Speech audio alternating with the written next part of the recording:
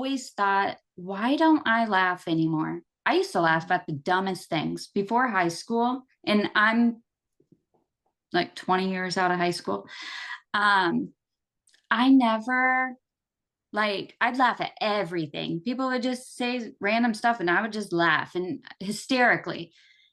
And I haven't laughed in so long. And I always wondered, and I was laughing the other day and having a good time. And I wasn't like, I didn't have alcohol in me. It was organic. And me and my husband were laughing and we were having a good time, joking.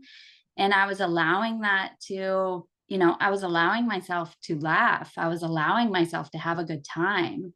I've always been very like, I have to be professional. I can't let anybody see like the lighter side of me, because if they do, then I'm no longer like that, like that. I always live in masculine. Maraya talks a lot about masculine and feminine energy. And so I've always lived in masculine. Nobody can see my soft side.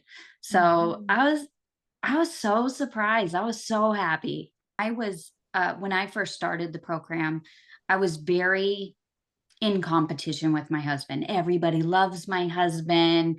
He always, everybody gets to see the nice side of him. And I always have to put my foot down, like, nope, this is how it's going to be. While my husband is over there saying, oh, you did so great. And I'm like, we were just talking about how great they didn't do. Why can't we tell them that?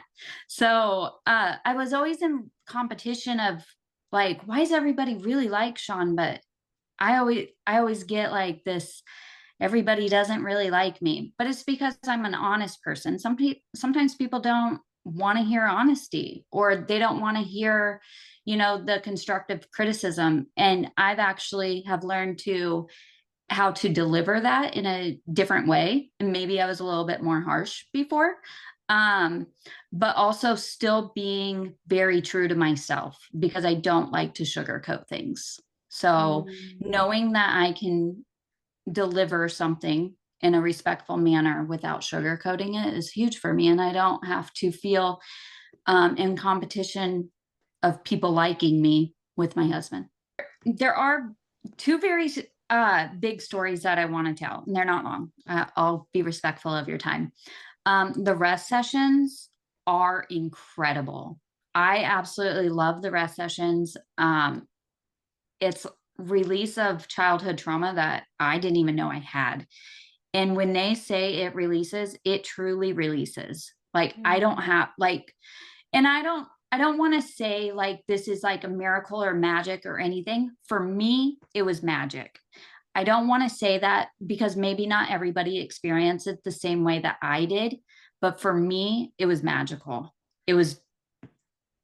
I couldn't even believe it.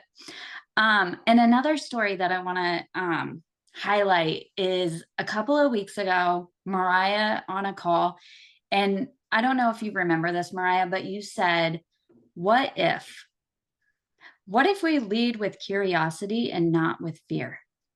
And I said, I say that all the time. I say it to everybody now.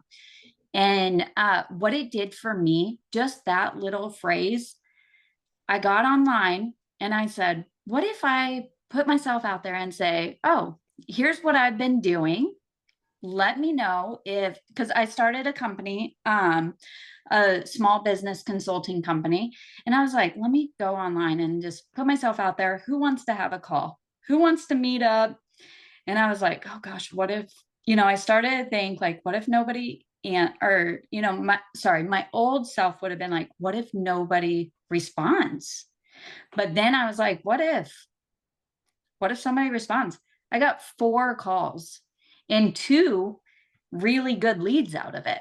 Amazing. So yeah, I say that a lot. It's so good. And it's, you didn't. And I presented myself and my company and what I can do for them.